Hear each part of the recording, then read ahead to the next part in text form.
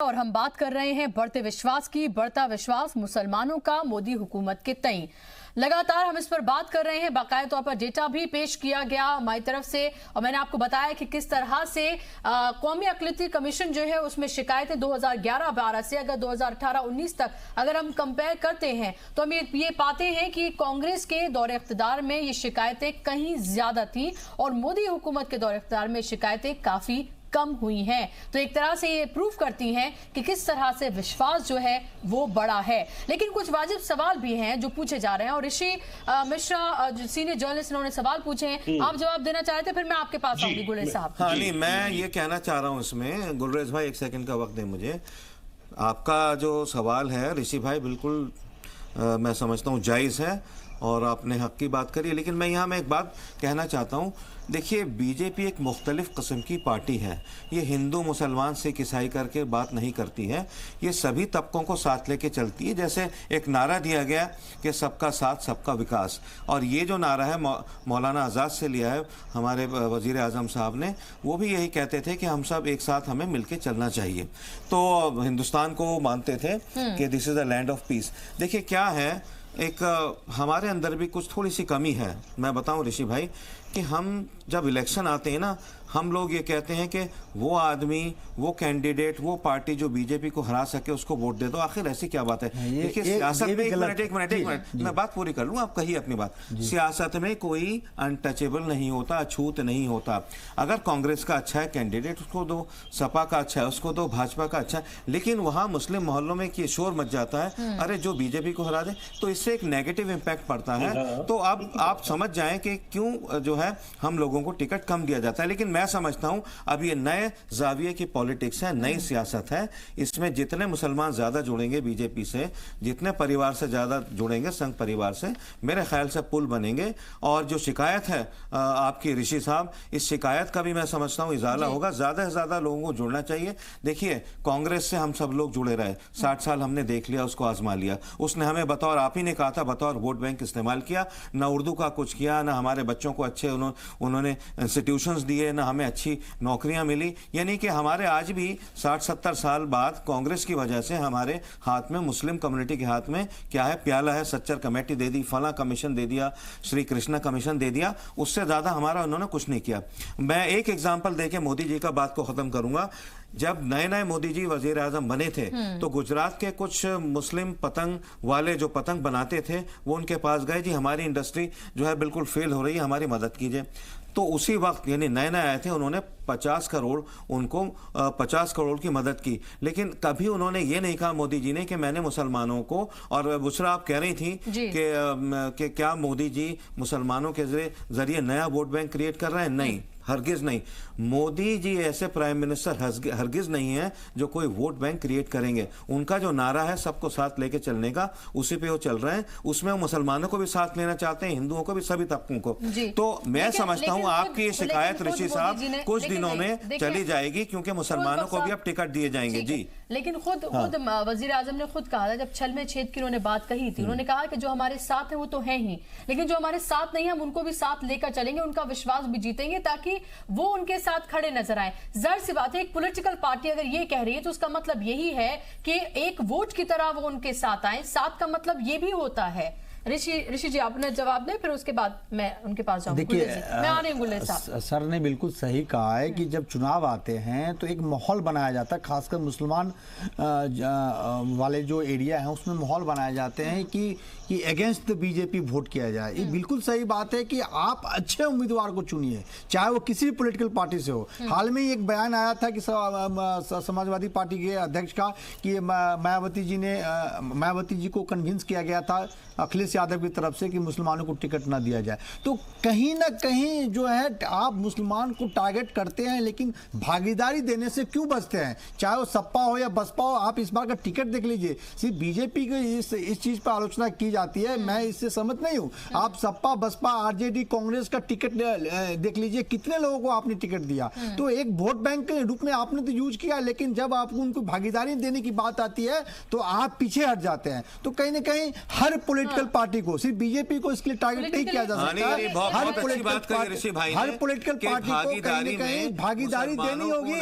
तभी आप उस समाज को विकास के दायरे में देख सकते हैं। बिल्कुल, और अभी कोशिश ये की जा रही है कि पॉलिटिकली किस तरह से मुसलमानों को इररेलेवेंट किया जाए, यानी कि उनके वोट की अहमियत को ही खत्म किया जाए। गुलरेज शेख, देखिए, जहां तक विषय भारतीय जनता पार्टी का है, ये एक बात फैक्ट है और फैक्ट बोलना चाहिए हमेशा कि अभी तक हमारे कैडर में मुस्लिम्स कम हैं।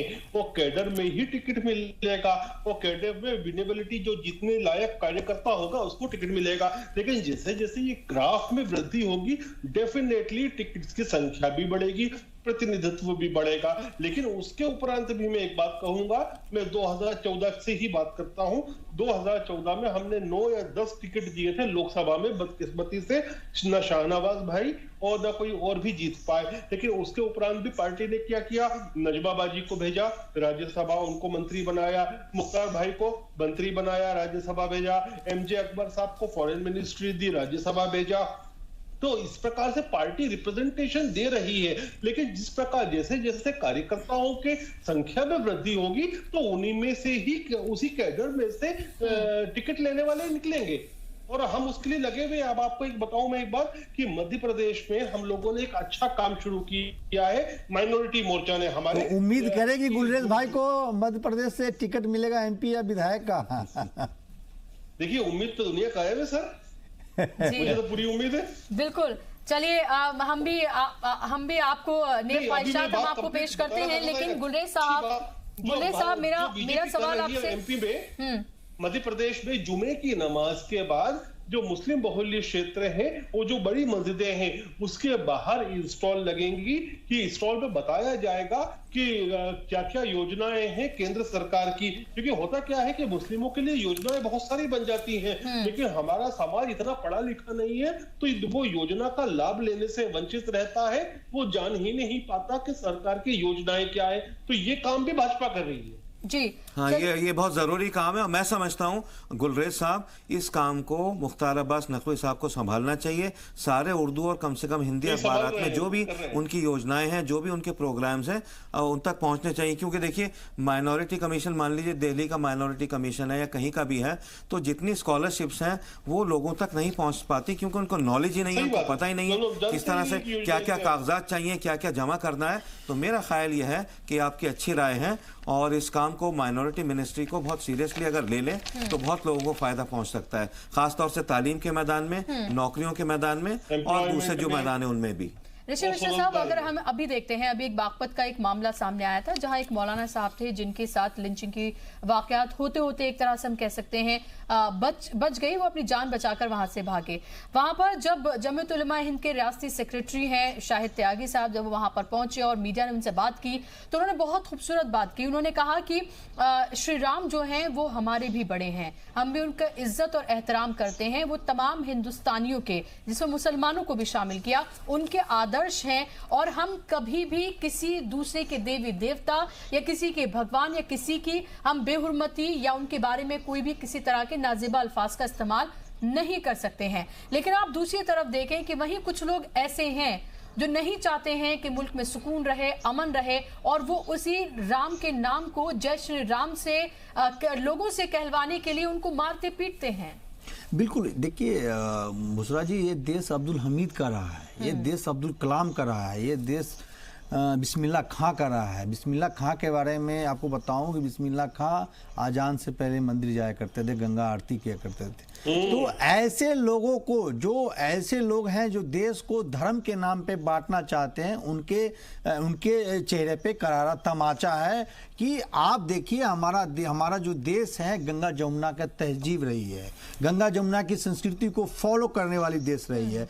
तो ऐसे लोग कुछ अपने स्वार्थ के लिए, निजी स्वार्थ के लिए हर वर्ग में, हिंदू में भी है, मुसलमान में भी है, पॉलिटिकली इसको फायदा उठाने के लिए इस प्रकार की बयानबाजी करते हैं। जो घटना आपने जिक्र किया है उसकी घोर निंदा करनी चाहिए कि धर्म के आधार पर समाज को नहीं बांटा जा सकता है। ये देश जो है गंगा जमुना तहजीब की देश रही है। ऐसे लोगों को हर पॉलिटिकल पार्टी में, मैं हर पॉलिटिकल पार्टी को कहता हूं कि ऐसे लोग हर पॉलिटिकल पार्टी में हैं, और शीर्ष जो नेता हैं ऐसे लोगों को पार्टी से बाहर का रास्ता दिखाएं जो देश को बांटने का काम करते हैं। तभी जाके समाज में जागरूकता फैलाना होगा, सिर्फ पॉलिटिकल पार्टी में नहीं है। जैसे हम पत्रकार हैं, सर प्रोफेसर साहब हैं, गुलरेज साहब पॉलिटिकल पार्टी के नुमाइंदे हैं। ऐसे लोगों को समाज के हर वर्ग में, हर जगह जाके जागरूकता फैलाना होगा कि देश के एकता जो है आपसी सद्भावना और भाईचारे में है, अलग अलग रहने में नहीं है। तो कहीं ना कहीं समाज के हर वर्ग, हर सोसाइटी को ये जिम्मेवारी उठानी होगी, तभी जाके ऐसे जो दुष्ट लोग हैं जो दुष्ट लोगों की जो कृतियां हैं वो खत्म हो सकेगी। ठीक है, गुलरेज शेख आपने जवाब दीजिए। देखिए, हमारी पार्टी एक्ट करती है इन चीजों पर। अभी आपको स्मरण होगा कुछ दिनों पूर्व ही उत्तर प्रदेश की महिला मोर्चे की एक मंडल अध्यक्ष ने कुछ गलत टिप्पणी लिखी थी, जिसको मैं दोहराना नहीं चाहता फेसबुक पर। हमने उसको पार्टी से निकाल दिया जी। तो जाहिर सी बात है इस तरह के कड़े कदम जो है वो उठाने की जरूरत है। लेकिन मेरा इसी से जुड़ा ही सवाल ये है फिरोज साहब कि क्या आपको लग रहा है कि जिस तरह का ये भरोसा बढ़ रहा है, क्या उससे कुछ लोगों में बेचैनी भी पैदा हो रही है? क्या आपको लग रहा है कुछ लोग ऐसे हैं जो नहीं चाहते हैं ऐसा हो, क्योंकि जिस तरह से जो उनका बिजनेस हो रहा है, हो सकता है जो उनकी कमाई हो रही हो, जो उनको फंड्स मिलते हो, जो उनकी सियासी दुकानें चलती हो, उससे वो कहीं ना कहीं बंद हो जाएंगी? हाँ, बिल्कुल आपने सही कहा। देखिए, ज़रूर कुछ ऐसे लोग हैं। देखिए क्या था, मैं थोड़ा सा, मुझे आप वक्त देंगी इसमें बुशरा साहिबा, क्या है कि ऐसा सोचा जाता था जब मोदी जी सरकार में आए कि पता नहीं क्या होगा, खुदा न खास्ता मुसलमानों का खून बहाया जाएगा, नहरें बहा दी जाएंगी उनके खून की, और उनका जीना हराम कर दिया जाएगा। ऐसा परसेप्शन बना दिया गया था मीडिया के तबके के जरिए, और ख़ास तौर से जो अपोजिशन पार्टीज हैं। अब ठीक है, मोदी जी आ गए, जीत गए, मोदी 1 सरकार आई, फिर मोदी 2 सरकार आई।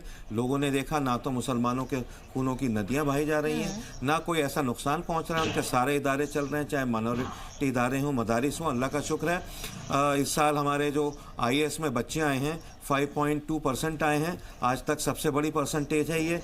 और रही बात, एक सेकंड, एक बात और मैं बता दूं।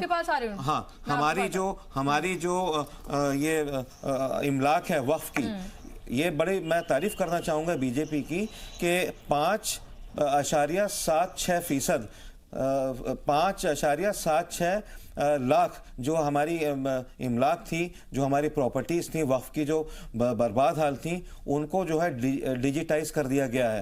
कांग्रेस के ज़माने में ऐसा सब नहीं हुआ था। अच्छा, डिजिटाइज ही नहीं किया गया है, उसके बाद प्लान ये बनाया जा रहा है कि उनके अंदर उस प्रॉपर्टी के अंदर स्कूल बनाए जाएंगे, हॉस्पिटल बनाए जाएंगे, बेवाओं के लिए कुछ सिलसिला बनाया जाएगा। तो ये बहुत अच्छा। अब इससे कुछ लोग बिलबिला गए, ऑपोजिशन के लोग, जो जिनकी मतलब ये समझिए कि कूल्हों के नीचे गद्दी रहती थी, अब गद्दी नहीं है, तो वो बिलबिला रहे हैं, परेशान हो रहे हैं, और वो बिल्कुल ये नहीं कि ये सोच रहे हैं किसी ना किसी तरह से डिस्टर्बेंस क्रिएट किया जाए। लाल कुएं में उन्होंने कोशिश की, लाल कुएं में एक झगड़ा हो गया दो नौजवानों के बीच में, उसको हिंदू मुस्लिम झगड़े की शक्ल देने की बड़ी कोशिश की गई, लेकिन अल्लाह का शुक्र है लाल कुआं वो इलाका है, मेरी पैदाइश भी वहीं गली कासिम जान में पास में हुई थी, कि जहां पर 1947 में भी हिंदू मुस्लिम कुछ फसादात नहीं हुए।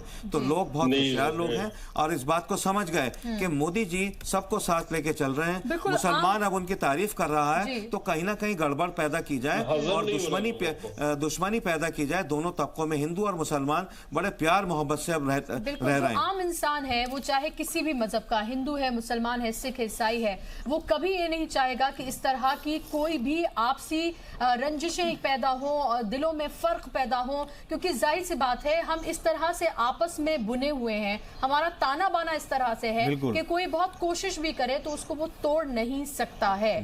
गुलरेज साहब जी, देखिए, इन्होंने बहुत सही बात कही कि कुछ लोगों को हजम नहीं हो रहा है। और मैं 2-4 चीजें सामने रखूंगा आपके कि मोदी जी कितना काम करते हैं, वो भी बिना प्रचार के। जो हमारा 1.25 लाख के लगभग जो हज का कोटा था, जब सऊदी के क्राउन प्रिंस सलमान आए थे, तब मोदी जी ने केवल उनको कहा कि हम चाहते हैं कि इसमें वृद्धि हो, 1,80,000 हो जाए। उन्होंने उसी समय उसको 1,80,000 कर दिया, जो अभी जस्ट नेक्स्ट टू इंडोनेशिया है। और 2 लाख अपेक्षा है कि अब वो 2 लाख, और अब मुझे लगता है कि वो इससे अब हम इंडोनेशिया को भी टेक ओवर कर लेंगे। आप सोचिए जरा, सेकंड हाईएस्ट और सरकार, यदि कोई और होता, कोई और पार्टी की सरकार होती, तो उसको किस प्रकार से केवल एक वोट बैंक की दृष्टिगत उसको उसका लाभ लेने की कोशिश करती। जहां तक वक्फ की मेरे भाई ने बात की, उसमें एक और चीज की गई है कि जितनी भी वक्फ की संपत्तियां हैं, इनकी जियो टैगिंग कर दी जाए। जियो टैगिंग से क्या होगा कि जो वक्फ की संपत्तियों पे बुरी नजर रखते हैं जो लोग, वह जियो टैगिंग की माध्यम से मालूम पड़ जाएगा कि कितनी है। और एक बार सरकारी रिकॉर्ड में जियो टैग्ड हो गई वो प्रॉपर्टी, तो उस पर कोई अधिकार अपना नहीं जमा सकता, क्योंकि गवर्नमेंट रिकॉर्ड बोल रहा है उस बात पर, और वक्फ बोर्ड बोल रहा है। तो ये सब जो चीजें है ना, कौम को साथ लेकर चलने की बात है। और वोट बैंक का तो प्रश्न ही नहीं उठता हमारे साथ। भारतीय जनता पार्टी यह मानती है कि भारत में रहने वाला हर व्यक्ति एक ही है, भारत माता की संतान है। और यह तो हमारी एक विडंबना रही इतने दशकों तक कि एक ही नस्ल के लोग, हिंदू और मुसलमान, आपस में लड़ते रहे। अमूमन तौर पर आप देखिए, दुनिया भर में जो लड़ाइयां झगड़े होते हैं वो अलग अलग नस्लों के आधार पर होते हैं, विचारधारा के आधार पर नहीं। विचारधारा, मजहब भी एक विचारधारा ही होती है। वो उसके लिए यदि 2 कौमें लड़े तो वो बहुत बुरी बात है। और मैं भी गलत शब्द का उपयोग कर रहा हूं, दोनों कौम नहीं है, ये कौम तो एक ही है, एक ही हिंदी वंशी है। हाँ, बहुत अच्छी बात। एक बात मुझे याद आ गई गुलरेज इस बात पे, आपकी बात पे जो आपने बात करी। देखिए, ये बात है 1998 और ये मौका था, पुरानी दिल्ली का एक इलाका है चांदनी चौक, ठीक है, वहाँ पे एक छोटा सा एरिया है जिसको बोलते हैं हौस खाजी। वहाँ पे एक इलेक्शन की जो है मीटिंग थी, जिसमें अटल बिहारी वाजपेयी आए थे। गालिबन ये इनकी कॉन्स्टिट्यूएंसी थी, विजय गोयल की। वहाँ पे बड़ी खूबसूरत बात कही थी दोनों कौमों को लेके। आपने बिल्कुल सही कहा, हम तो एक कौम है, एक ही लोग हैं, we are playing India card. तो वाजपेयी जी ने एक बात कही थी, वो सेंटेंस मुझे आज तक याद है। उन्होंने मुसलमानों के ताल्लुक से कहा था, बुशरा आप भी सुने, कि मुसलमान हमारी संतान की भांति हैं, हम उनके साथ बराबरी का सुलूक करना चाहते हैं। तो मेरे ख्याल से यही जो चीज है, ये इसको लेके प्रधानमंत्री मोदी जी आगे बढ़ गए। और ये बहुत अच्छा, मेरे ख्याल से जो लोग इसमें जो है, गुलरेज साहब, ये भी कहा जाता है, लोग ये भी कहते हैं जी, लोग ये भी कहते हैं कि अटल जी और मोदी जी की जो भाजपा है उसमें भी फर्क है। हो जाएगा वो पॉइंट मिस हो जाएगा। मेरे भाई ने बड़ा अच्छा पॉइंट रेज किया, और मैं थोड़ा इसकी डिटेल एनालिसिस करूं तो ये पॉइंट आता कहां से है। ये पॉइंट आता है पंडित दीनदयाल उपाध्याय का जो वक्तव्य था कालीकत अधिवेशन में, जिसमें उनको अध्यक्ष बनाया गया था भारतीय जनसंघ का। उन्होंने कहा था कि मुसलमान हमारे मांस का मांस और हमारे रक्त का रक्त है। और उससे इतना बड़ा एक बवाल मचा था देश में कि संभवतः वो भी एक कारण था उनकी हत्या का, क्योंकि पॉलिटिक्स जो थी देश की वो अपसाइड डाउन हो जाती जी इस थ्योरी को लेकर। बुशरा साहब, एक मैं बात थोड़ी सी, आपने एक बात कही कि मोदी जी की बीजेपी अलग है, वाजपेयी जी की बीजेपी अलग है। ऐसा कुछ नहीं है। देखिए, ये पुराने जो नेता हैं, चाहे वो वाजपेयी जी हो, चाहे वो अडवाणी जी हो, मुरली मनोहर, एक सेकंड गुलरेज, मुरली मनोहर जोशी साहब हो, कोई भी हो, ये कर्णाधार जिसको हिंदी में कहते हैं पार्टी के हैं, पिलर्स हैं। इन्हीं की वजह से दो सीट से लेकर के आज 300 सीट है, अगली बार 400 सीट आ जाएगी। तो मैं समझता हूं कि हमें अलग अलग नहीं देखना चाहिए। मोदी जी ने भी वाजपेयी जी से सीखा है, अडवाणी जी से सीखा है, उनके ये समझिए स्टूडेंट की तरह है, लेकिन बहुत ही ब्राइट एंड ब्रिलियंट स्टूडेंट रहे हैं कि बहुत आगे बढ़ गए हैं। और मैं समझता हूं कि अच्छा स्टूडेंट वही होता है जो अपने उस्ताद से सीखकर आगे बढ़ जाता है। लेकिन ऋषि मिश्रा साहब, एक वाजिब सवाल जो बार बार जहन में आ रहा है और लगातार बना हुआ है कि लगातार हमने देखा कि 5 साल में विश्वास जीतने की कोशिश की गई, सबका साथ सबका विकास का, अब उसमें विश्वास जोड़ दिया गया है। लेकिन ये विश्वास जो है वो एक वोट की तरह कब बीजेपी के पाले में जाएगा, क्योंकि जब कोई मतदाता यकीन करता है तभी उसको चुनकर भेजता है। अभी हम ये देख रहे हैं कि पिछले 5 साल से अगर इस 5 साल को हम देखें, जो आने वाले 5 साल हैं, और इस बार की मोदी पार्ट 2 को अगर हम देखते हैं तो हम ये पाते हैं कि परसेंटेज बड़ी है, लेकिन उतनी नहीं बड़ी है जिससे वाकई में कहा जा सके कि रुझान उस तरफ था मुसलमानों का। नहीं, बिल्कुल आपका एनालिसिस सही है कि लेकिन आप 2019 के रिजल्ट को यदि डिकोड करेंगी तो यदि परसेंटेज बाय यदि कॉम बाय देखेंगे तो कहीं न कहीं मुसलमानों का जो रुझान बीजेपी की तरफ बढ़ा है। करीब 20% लोगों ने बीजेपी, मुसलमान भाइयों ने बीजेपी को समर्थन किया है। तो कहीं न कहीं जो मोदी सरकार ने काम किया है उसका कहीं न कहीं मुसलमानों में भरोसा बढ़ा है। छोटा सा एग्जाम्पल आप ले लीजिए, ट्रिपल तलाक का ही ले लीजिए, किस प्रकार से हमारी मुस्लिम बहनों को परेशानी का सामना झेलना होता था। तो ट्रिपल तलाक से कहीं न कहीं बीजेपी ने मुसलमान में, महिलाओं में कहीं न कहीं विश्वास जीता है। उसका परिणाम देख रहे हैं कि यदि आप शहरी एरिया का जो वोट परसेंटेज देखेंगे तो मुसलमान महिलाओं का भागीदारी बीजेपी के जीत में एक अहम रोल अदा की है। तो उसी तरह जैसे आप देख रहे हैं कि मोदी सरकार 2 में देखिए कि वजीफा का जो घोषणा किया गया है उसमें 50% वजीफा जो है हमारी मुस्लिम बहनों के लिए है। तो कहीं ना कहीं जो काम जो यदि आप काम करेंगे और काम यदि ग्राउंड लेवल तक जाएगा तो कहीं ना कहीं आपका विश्वास उस पार्टी, उस सरकार में बढ़ेगी। उसी का परिणाम है कि वोट परसेंटेज जो आप 2014 में देख लीजिए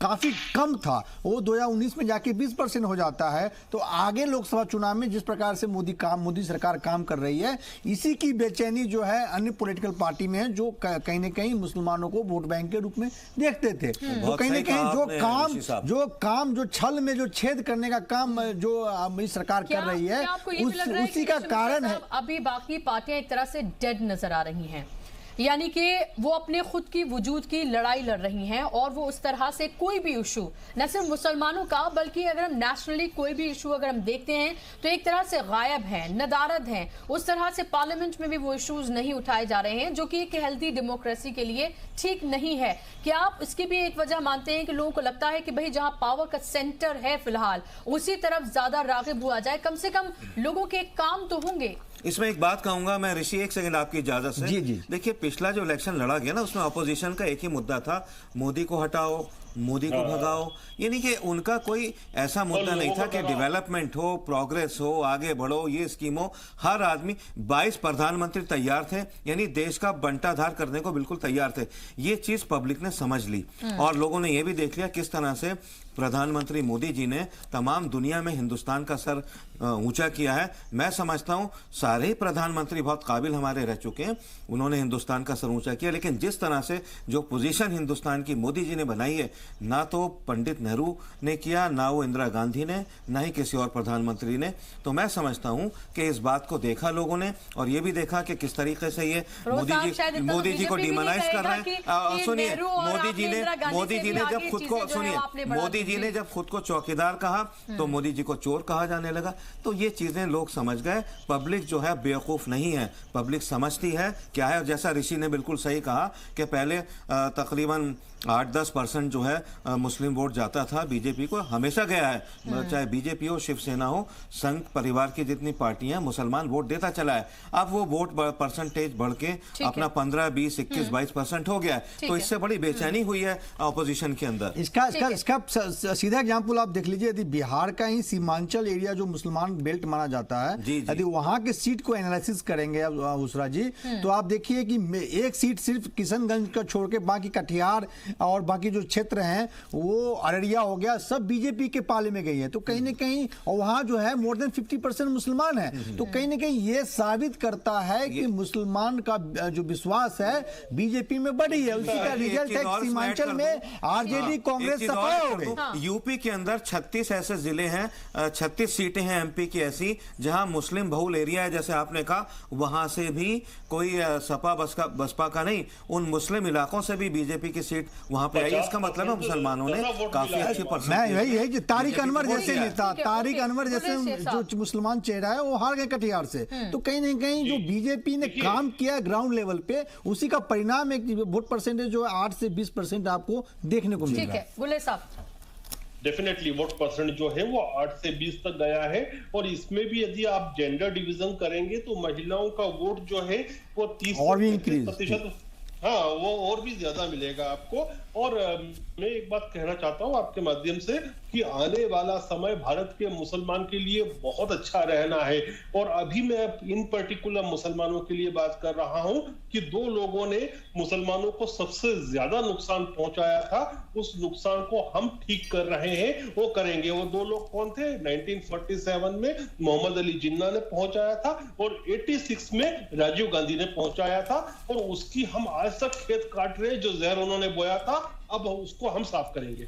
लेकिन गुलरेज साहब, क्या आप मुझे बताएंगे कि बीजेपी से जोड़ने के लिए क्या जो मुस्लिम इलाके हैं, एरियाज हैं, वहां पर कोई ऐसी ड्राइव आपकी तरफ से, आपकी पार्टी की तरफ से चलाई जाए जहां पर वाकई में उनसे 101 बात की जाए और उन्हें बीजेपी से रागिब करने या बीजेपी के साथ जोड़ने की एक कोशिश की जाए?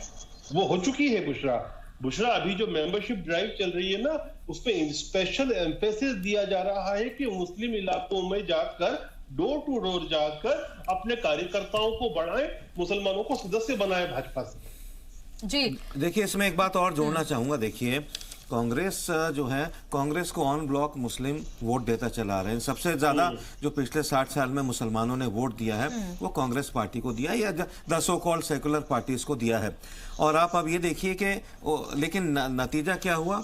कुछ नहीं नतीजा उसका, टाई टाई फिश। अब मुसलमान ये समझ गया है कि मैं जिस डॉक्टर से पिछले 60 साल इलाज कराता चला आ रहा था, फायदा कुछ नहीं हुआ, अब मुझे डॉक्टर कोई बदलना चाहिए, किसी वैद्य से इलाज कराऊं 5-1 साल, तभी ये परसेंटेज 8 से बढ़ के 20 हुआ है। और अगर बीजेपी ने इसको कैच कर लिया, इस नब्ज को पकड़ लिया मुसलमान की, तो ये परसेंटेज आगे बढ़ के 30, 40, 50 और भी ज्यादा हो सकता है। मैं समझता हूं आपने सही कहा, अल्लाह ने चाहा और मुसलमानों के अच्छे दिन आने वाले हैं। और हम उन लोगों को डिफाई और डिनाई करते हैं जिन्होंने ये कह रखा है कि मुसलमान डर रहा है। अल्लाह का शुक्र है, मुसलमान नहीं डर रहा। मुसलमान अगर किसी से डरता है, सिवाय अल्लाह की जात के किसी से नहीं डरता है। और जो लोग ये कह रहे हैं मुस्लिम डरा हुआ है, कहीं नहीं डरा हुआ। आप अल्लाह का शुक्र है, सब अपने काम करते हैं, आराम से करते हैं। एक पॉइंट जोड़ूंगा, यदि आप गुजरात के मुसलमानों को देखें अन्य कंपेरिजन स्टेट से, तो इकोनॉमिकली बहुत ही स्ट्रांग है।